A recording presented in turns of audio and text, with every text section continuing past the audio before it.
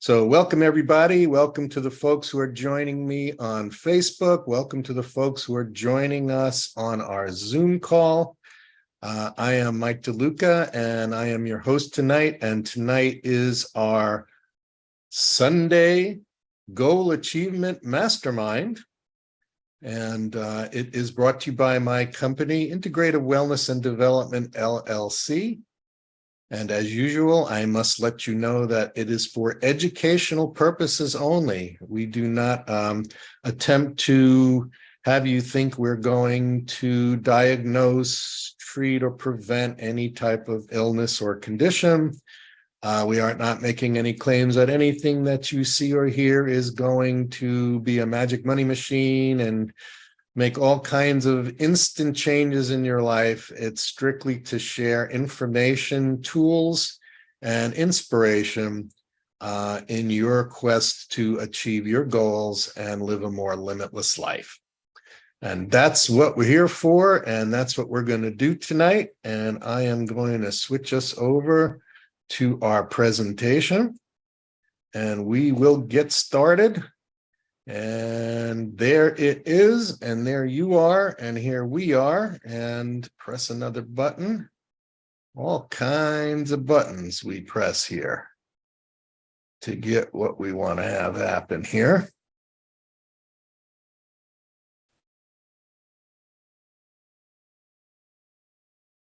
There we go. Can you all see that? Excellent. Yes, so tonight is Sunday, July 2nd, and the topic for tonight is how to change patterns that limit us into patterns that liberate us. And as we were speaking about it a little earlier, patterns, there are patterns that are ingrained inside of us that are happening instinctively, that have evolved over, centuries and millions of years. We carry patterns inside our DNA. We carry patterns inside of our brains. We carry patterns inside of our energetic, memory banks. So there are patterns that are constructive patterns, and there are patterns that are destructive patterns. And tonight we're going to talk a little bit about both, but the main goal is to look at how to change patterns that are not serving us in a positive way and that are limiting us into patterns that can liberate us. So, first of all, there's 3 steps to achieving a pattern that's going to liberate us. First, we have to recognize patterns. We have to become aware of them. And this requires us to be more mindful, be more conscious, a more conscious, aware participant in our lives. I always used to say when my kids were growing up, there's 3 kinds of people we can choose to be, right? There are people who watch things happen. There are people who make things happen, and there are people who wonder, what the heck just happened, right? And so to get to be the people who make things happen, we first have to be aware of what we are doing, what we're thinking, feeling, and doing, and then the actions that we take, what are the results of those actions?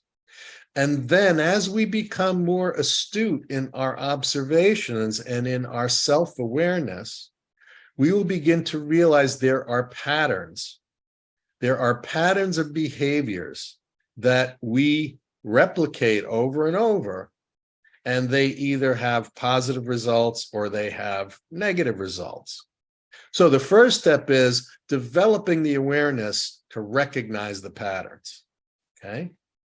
The second step is, once you've recognized that there are patterns, being able to become cause in your life and use the patterns consciously to achieve the goals that you have for yourself, to achieve the results you're looking for.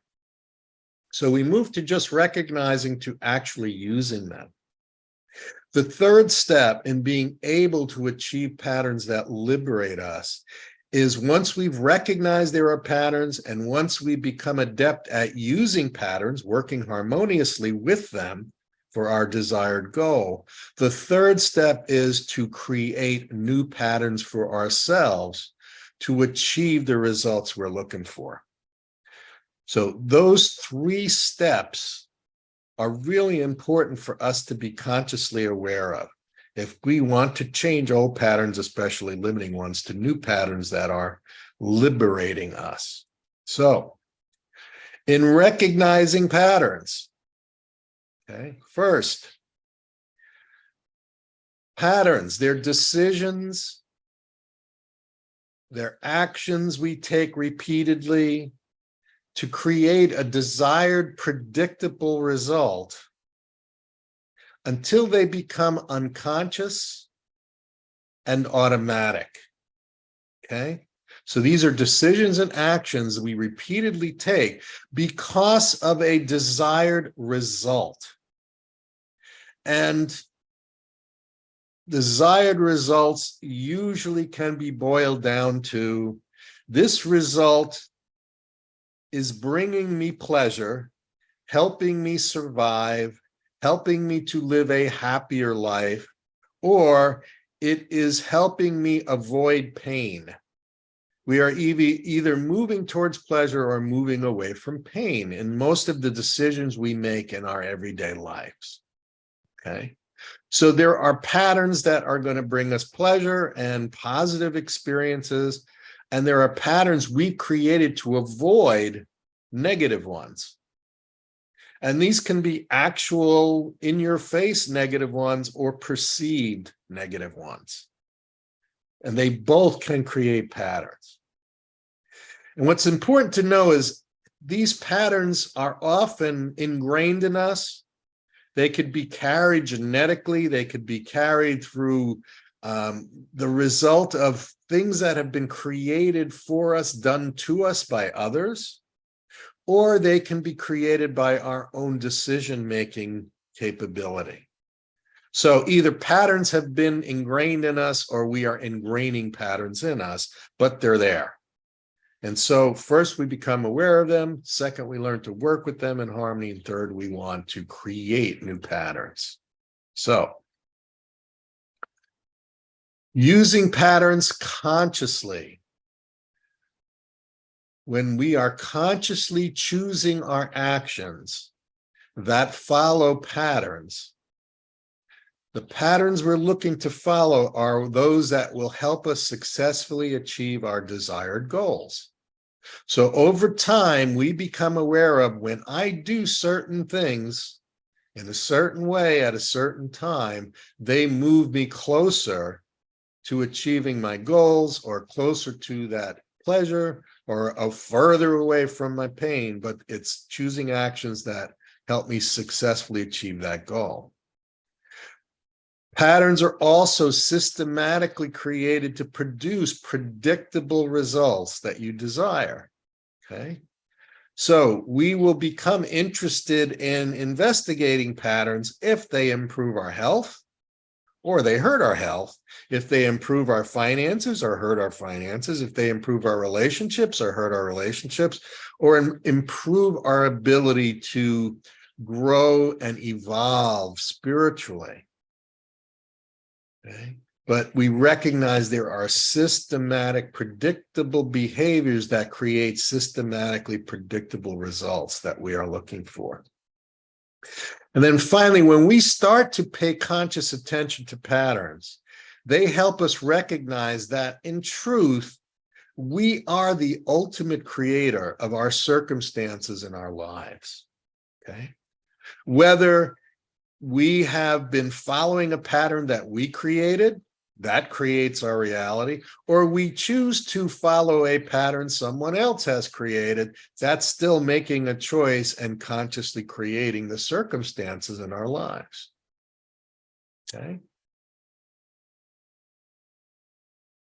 So then, how do we create new patterns? Well, to create new patterns, it's a pattern.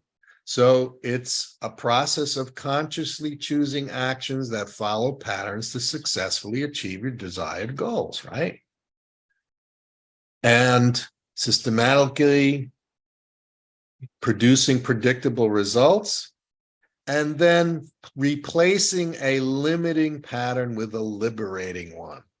Okay, so consciously choosing, systematically producing predictable results, but then replacing a limiting pattern with a liberating one is going to be a key to creating a new pattern. Okay, so let's look at some patterns.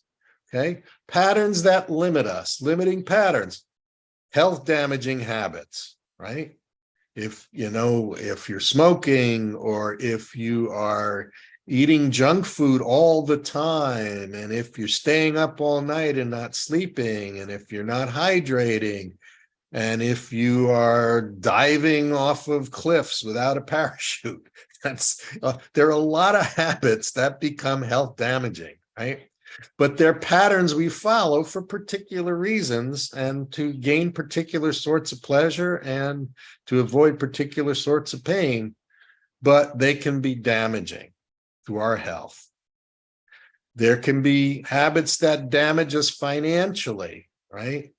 Gambling and other financial addictive behaviors.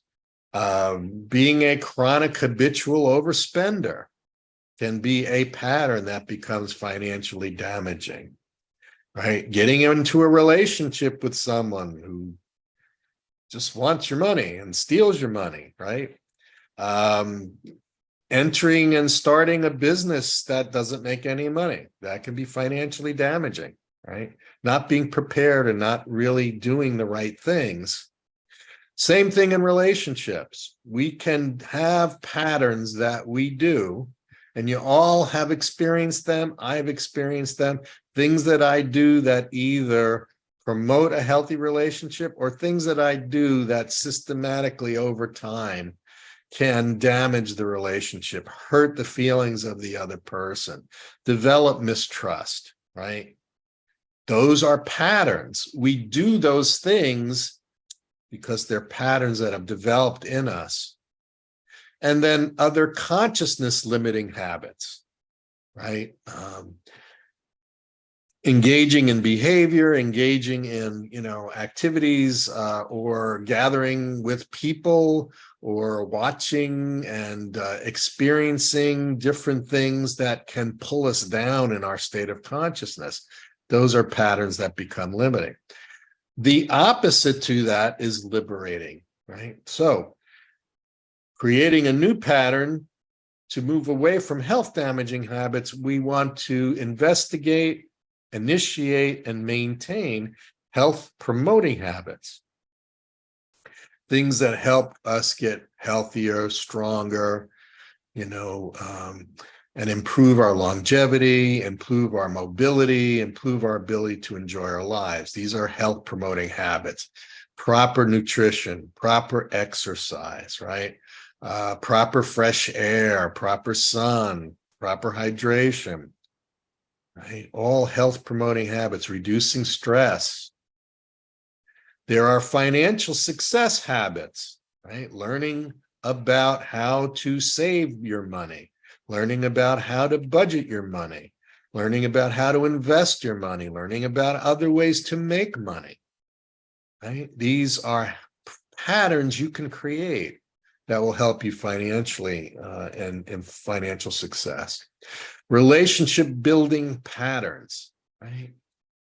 Creating patterns of what you do in the morning with your significant other, and what you say to them, and how you view them, and when they do something or say something, do you react, or do you listen and respect and not judge? These help build strong relationships. And then conscious raising habits, right? Keeping yourself in a positive environment, listening to uplifting music, meditating, contemplating, engaging in spiritual discussion, right? All of these things help raise our state of consciousness. And to be successful at it, we want to create a pattern of behaviors that will support that activity.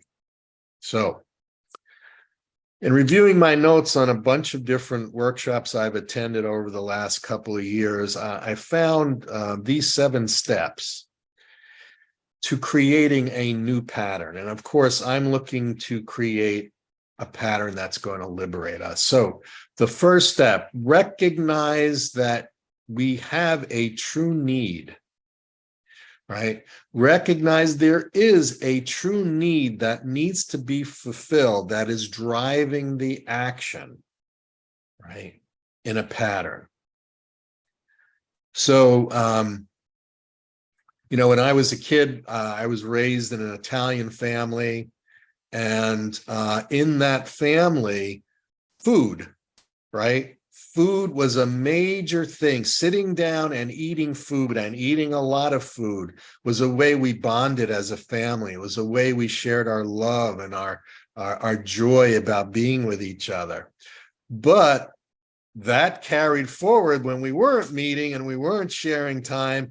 The eating of the food and big quantities of it satisfied a need for love versus the actual getting together with people to satisfy that need. So my true need was love. My true need was connection. What I was doing was following an old pattern of fulfilling that by eating, right? So the need for that love, that connection, that fulfillment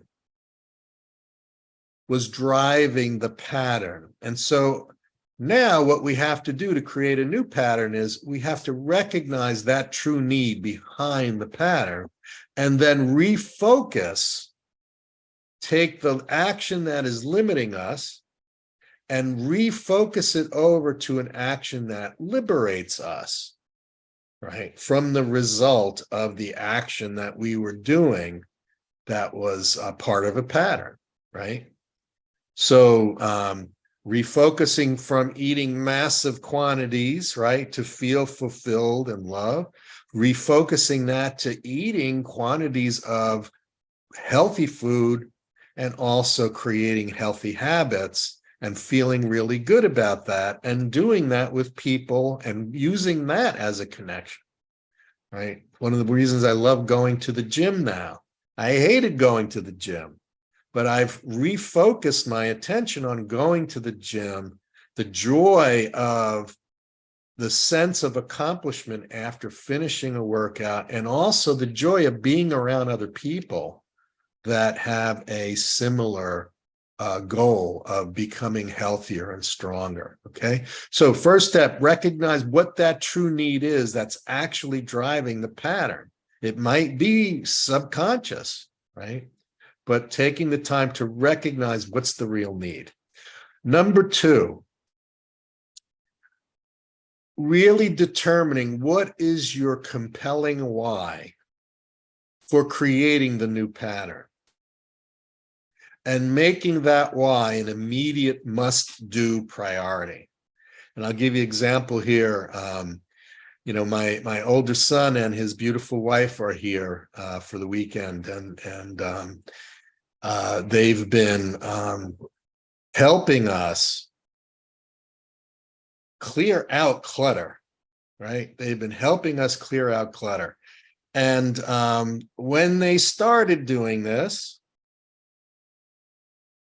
it was very painful, right? I was hanging on to all kinds of stuff. And, you know, I didn't want to get rid of this, and I didn't want to get rid of that. I didn't want to get rid of that. But my son helped me understand that the why for doing it, the real important why, was that by clearing the clutter, I would be free. I would be able to think and move around the house. The energy would be better. And there would be an opportunity to really function at a much higher level, right? So he helped me understand, not only did I have to do it, but I had to do it right now. And so he had the boxes right there. And he said, okay, you know, let's look at this stuff. Pick out, you're going to look at the stuff. If you're not using it, it's going in the box and it's going to be donated or given away, or it's going to be trashed or going to Goodwill. But it's not like, well, okay, I'll get around to doing that. I'll do it tomorrow. I'll do it next week. No, you have to do it right now to get it done. It must become a priority, right? So when he was here helping me, he taught me, this is a priority, make it so. So now that he's left,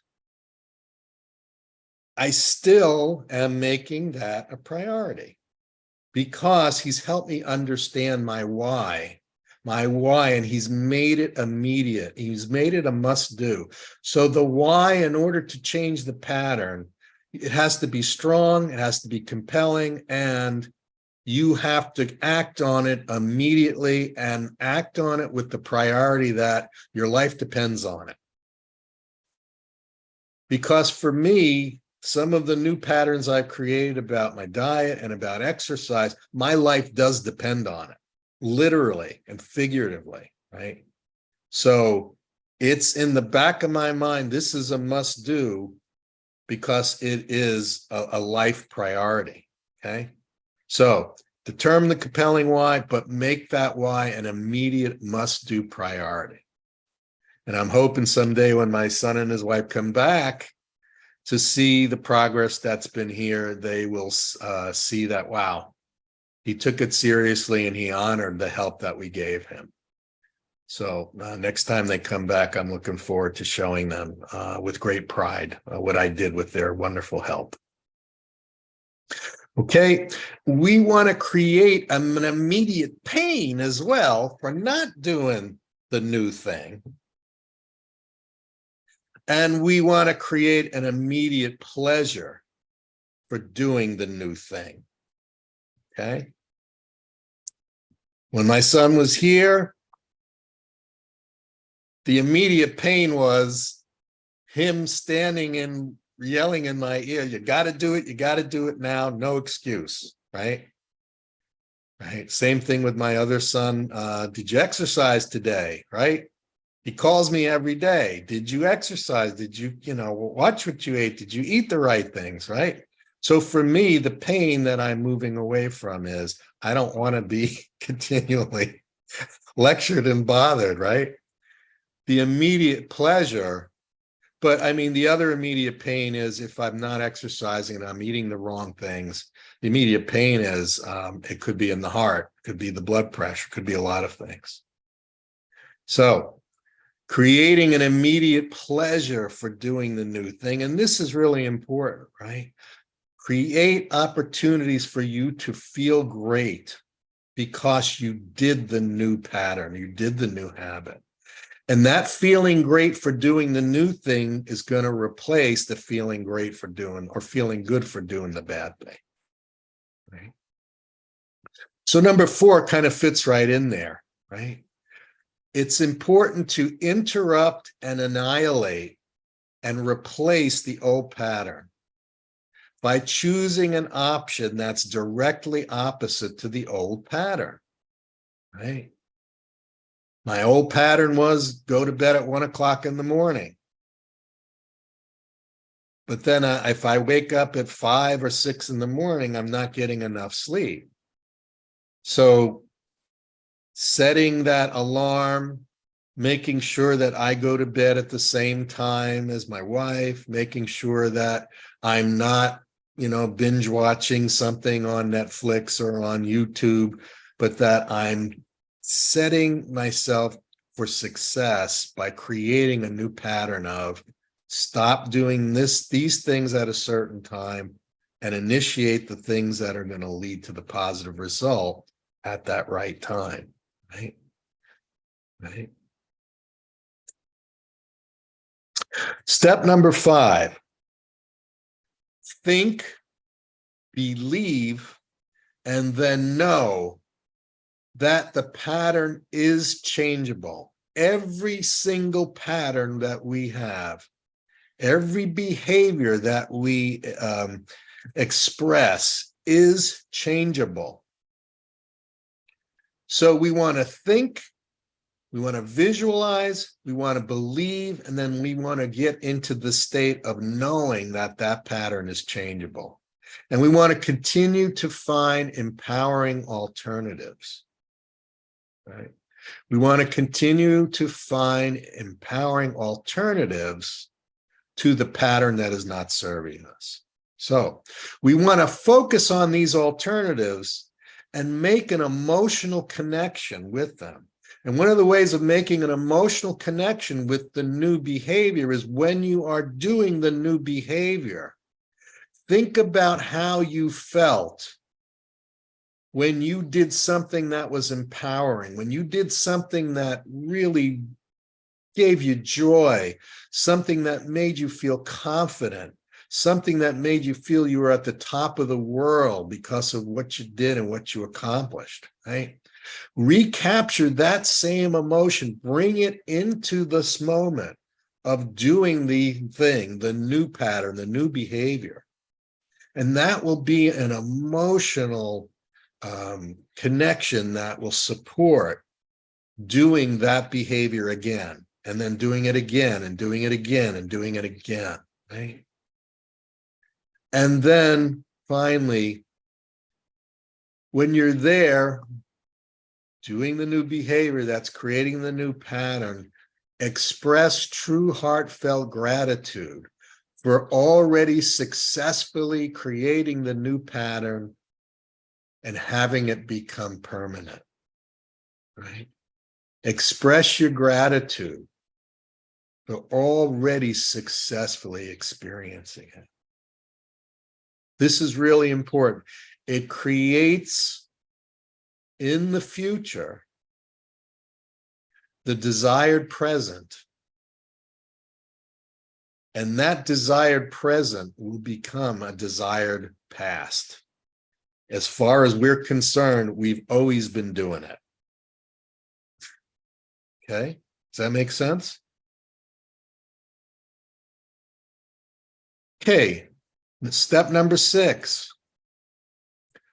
Condition your new pattern by constantly reinforcing the thoughts, feelings, and actions that achieving it would bring with positive reinforcement, right? So whenever you have a thought, whenever you have a feeling, or whenever you take an action that results in manifesting this new pattern, this new behavior, this new habit you're trying to create that is liberating you, give yourself positive reinforcement. It's really important, you know, the saying of catch me doing something right instead of catch me doing something wrong all the time. That works not only for raising children, works not only for managing people, it works not only for training pets, but it works in helping shape new behaviors and new patterns for ourselves.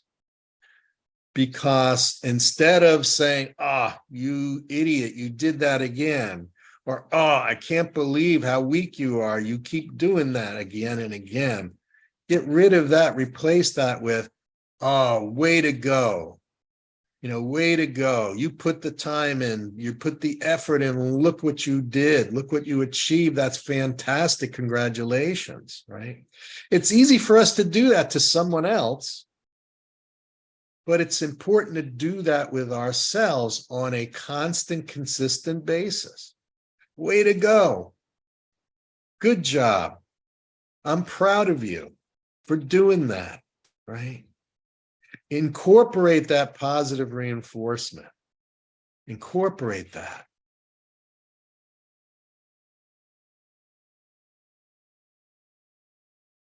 Then step number 7.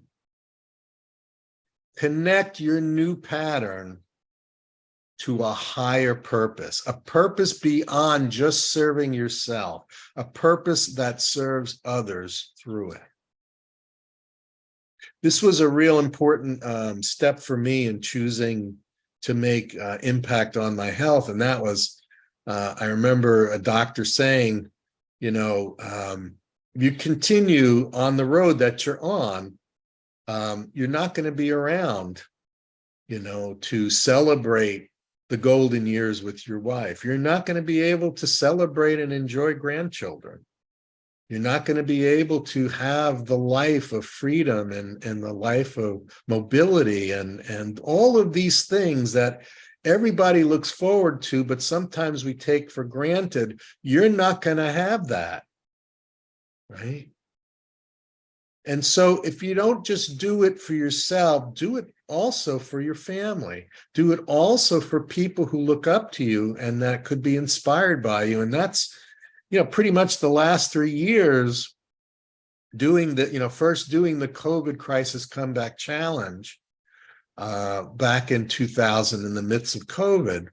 The big driving force for me to do these, shows and to do the seminars and create the courses and create the tools was because I was served by them and I worked with them and I manifested change in my life.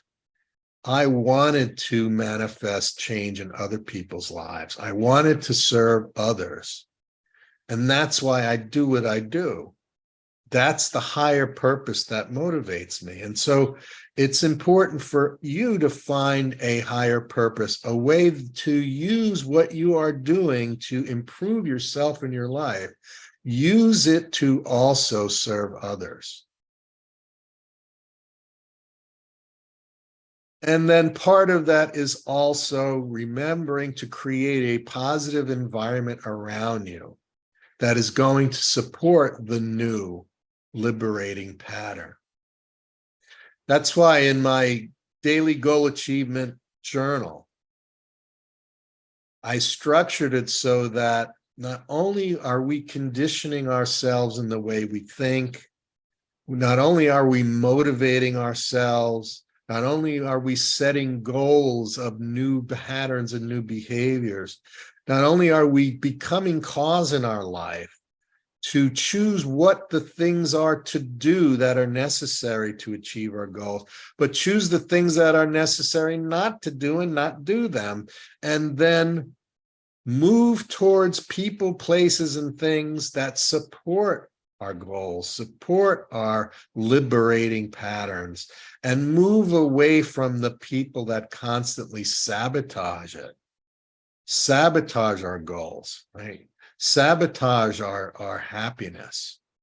We have a choice. So if we're in a pattern that, well, I've always been with these people, or I've always done this or gone to this restaurant or always done whatever it is, if you want a different life, if you want change in your life, you have to change.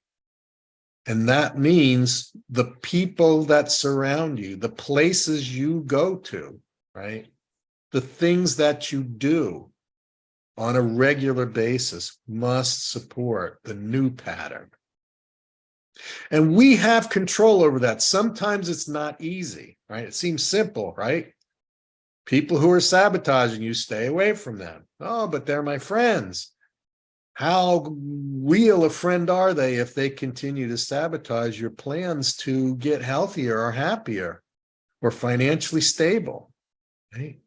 If they're not supporting it and they're sabotaging it, you have the responsibility to yourself to make a tough decision, right? And that goes for friends, it goes for family members, it goes for coworkers, it even goes for jobs, right? If you're doing something or being someplace or involved in something that continues to sabotage your health, your happiness, your spiritual growth, and your life fulfillment, it's time to surround yourself with a different environment. Okay.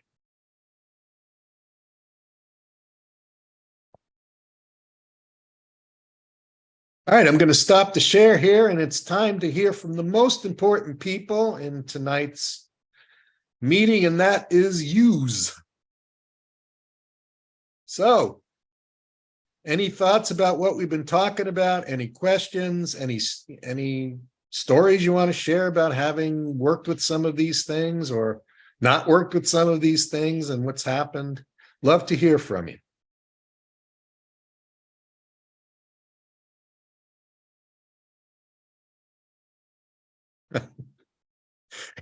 Instead of crickets, I'm hearing bird chirps. Oh, That come sound on. like I'll crickets.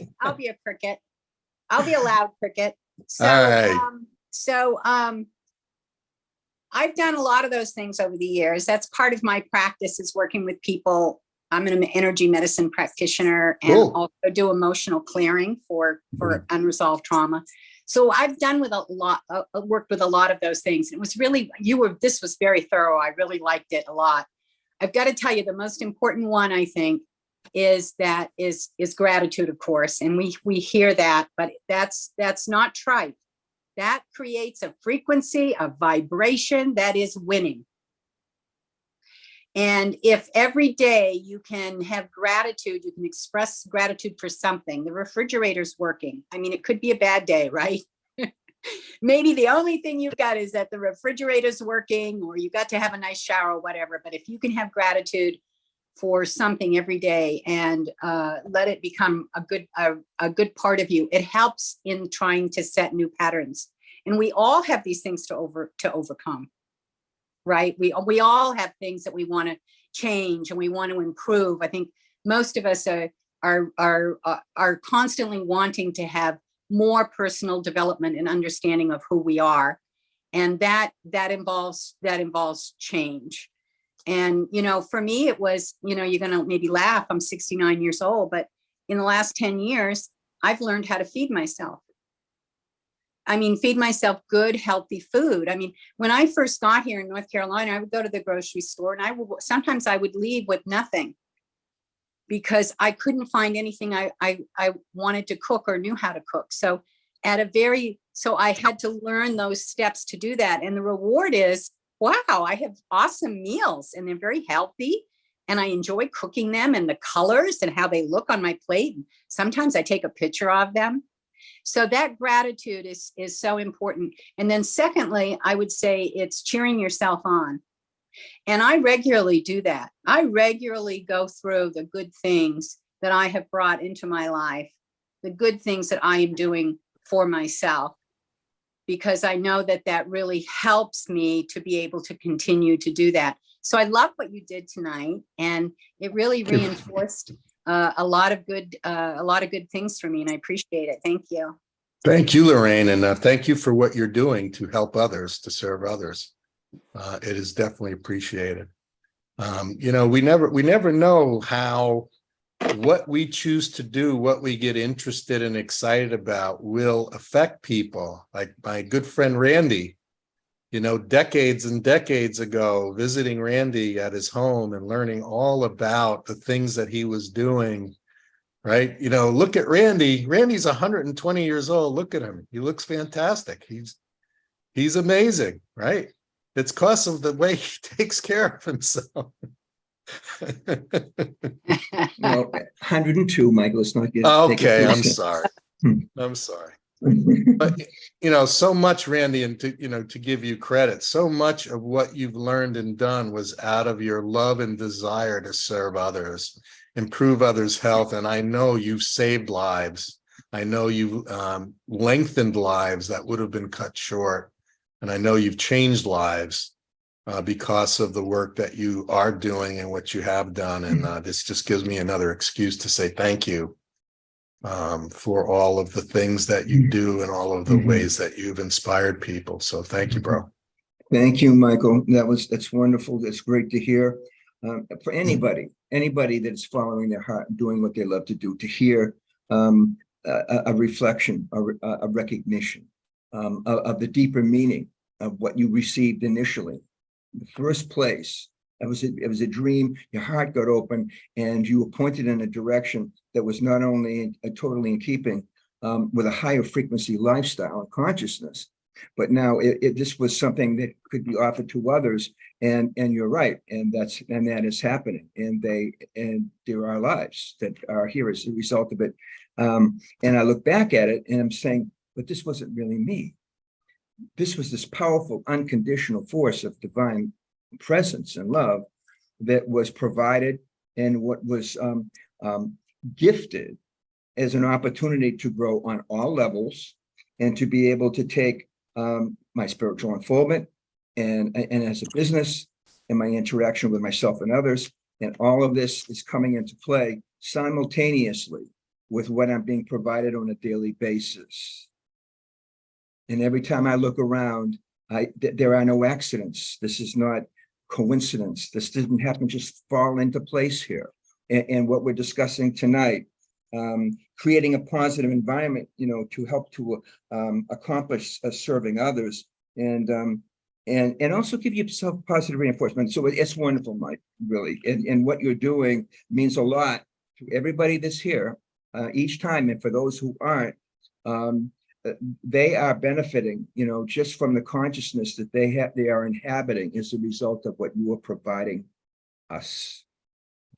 I appreciate that, Randy. And that's why I do it. And that's why it's important to show up. It's important for me to show up.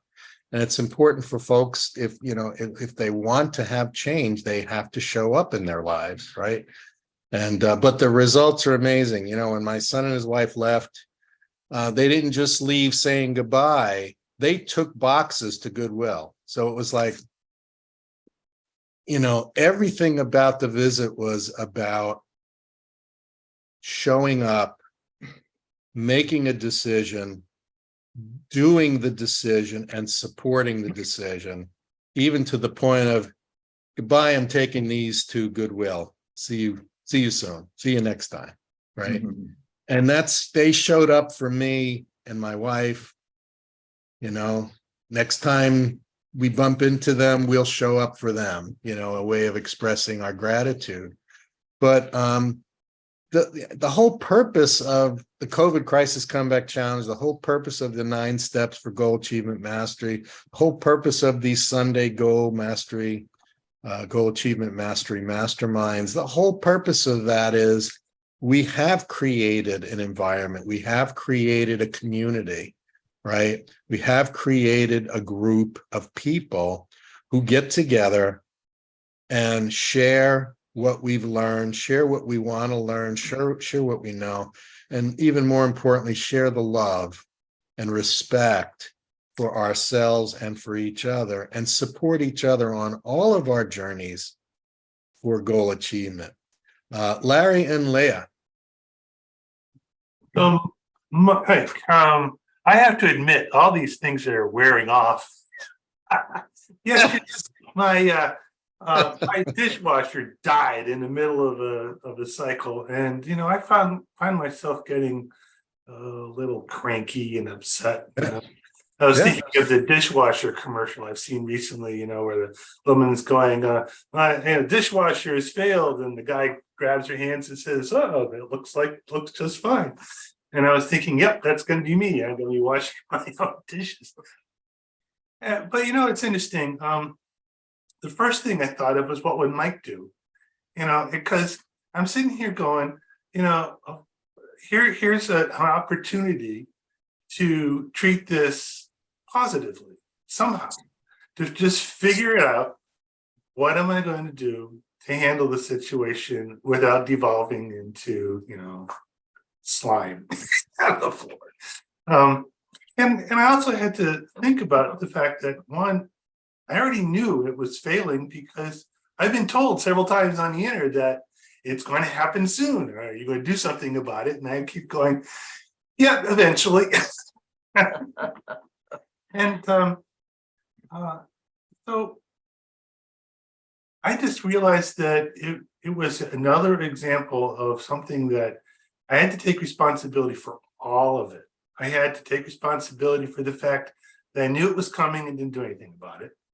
That I could treat this as, okay, I now have to do something differently. So maybe there are different patterns in the kitchen I can change at the same time. Maybe this is an opportunity to learn how to do something so completely different that wouldn't be possible if the dishwasher didn't break. And as these thoughts are going through my head, I'm going, Mike, it's infected my brain. You're bringing up a real important point. Actually, giving a talk this coming weekend, and one of the points that I wanted to make is, and we talked about this before. We choose to act or react. That is completely within our power. And you were actually talking about that. You chose to act and not react. But in analyzing the situation, right? In analyzing the situation, I'm beginning now to immediately look for where is the learning, the loving, and the liberation. Okay. When this thing occurs, to stop and say, just like you did, where is the learning opportunity here? Because everything happens to create learning, more love, and more liberation. So I look at those three things. How is this teaching me something that I need to know? The next thing is how, by dealing with it from a higher perspective, how will I open myself to more love received, and how can I give more love out of this situation?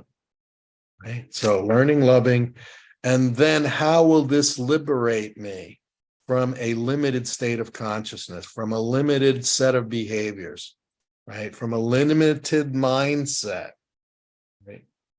I've had close friends and relatives who have struggled through cancer, and they all agreed it was one of the most important teachers they have ever had in their lives. Right?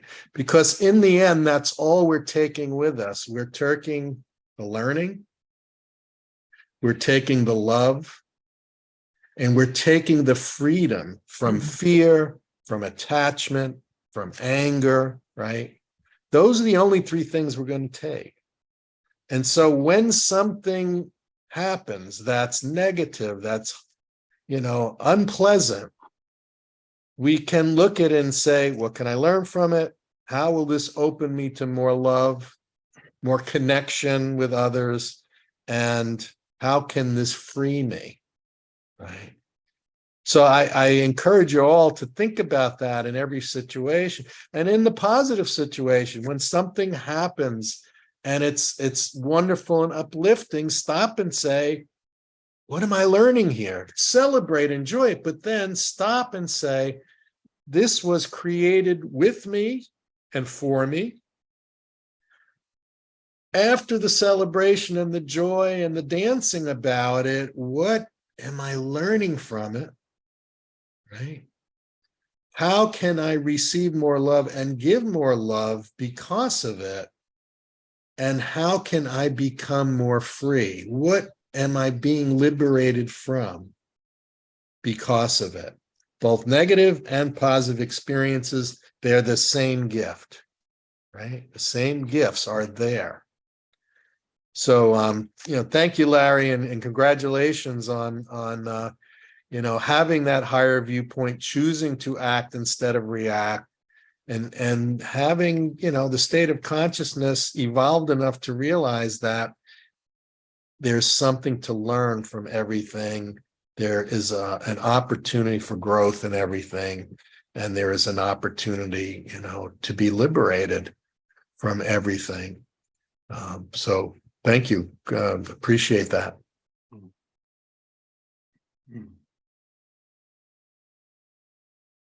Yeah, and definitely remember to pat yourself on the back when those things happen, right? I've had a number of situations, actually coaching some clients recently, and I saw firsthand managers who use power instead of love, who use punishment and use the constant belittling to try to control people, their employees. And it would be just so much better for everyone to use positive reinforcement, love, appreciation, conversation, communication. But what I've also learned is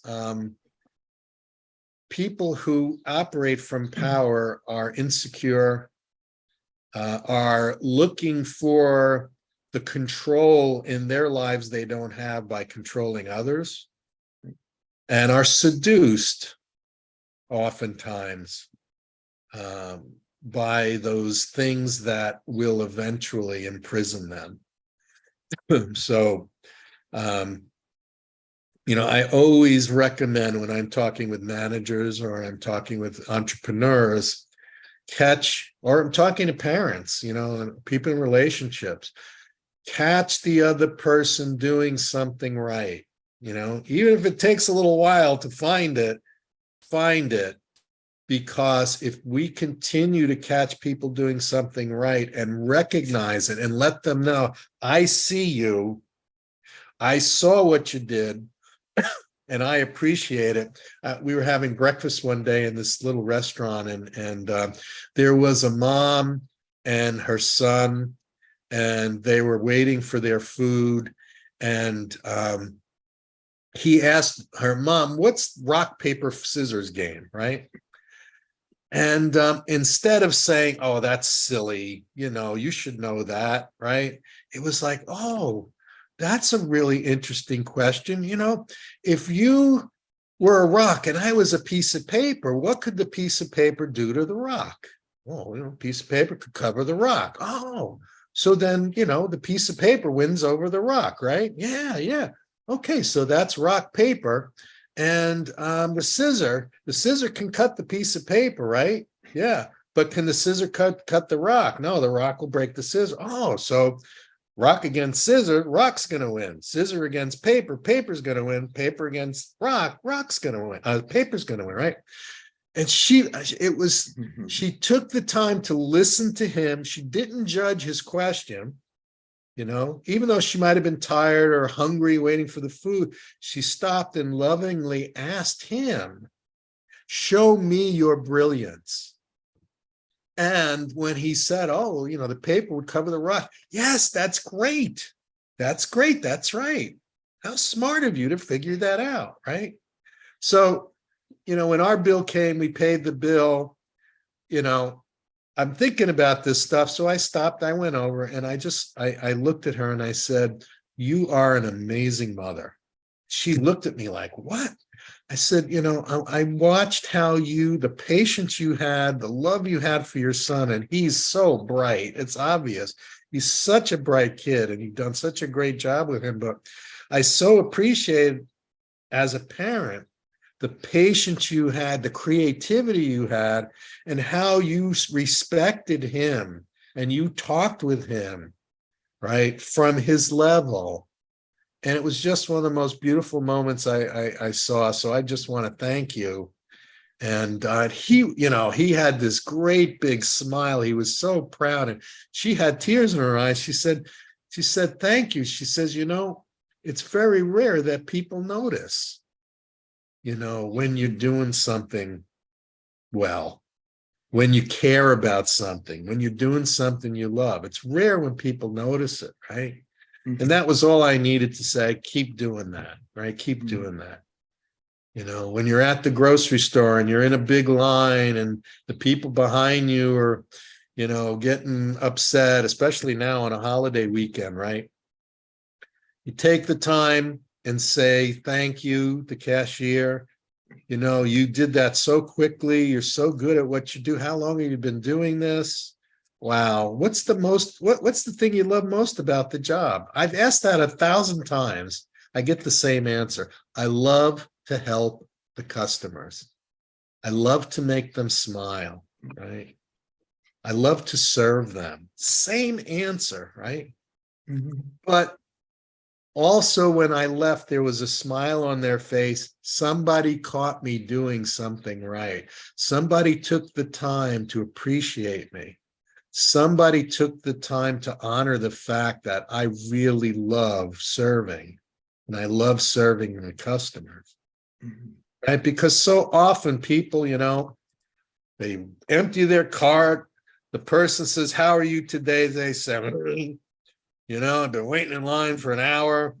And then, they're waiting and the stuff's being checked off. And then, the person says, that'll be $280. I was like, oh, and they take out their card and they put it in there. I've been that person, so I know that that exists. I've been that person in the past, trying not to be that person. But look at the difference between that, right? And look how you would feel if you reacted that way to the person. When you leave, it's like, versus catch them doing something right? And celebrate that feeling after you've done it. Celebrate the fact that I made a positive contribution to her, to the people behind me, because they, when I left and I looked, they had changed, right? That experience changed them. It changed their whole mindset, right?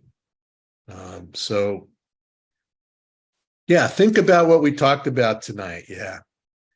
That's Leah. Yeah. Oh yeah, we were at the dealership yesterday, and there's this woman sitting on the other side of the waiting room, and she looked kind of down and disgruntled because she looked like it was going to be a big repair bill.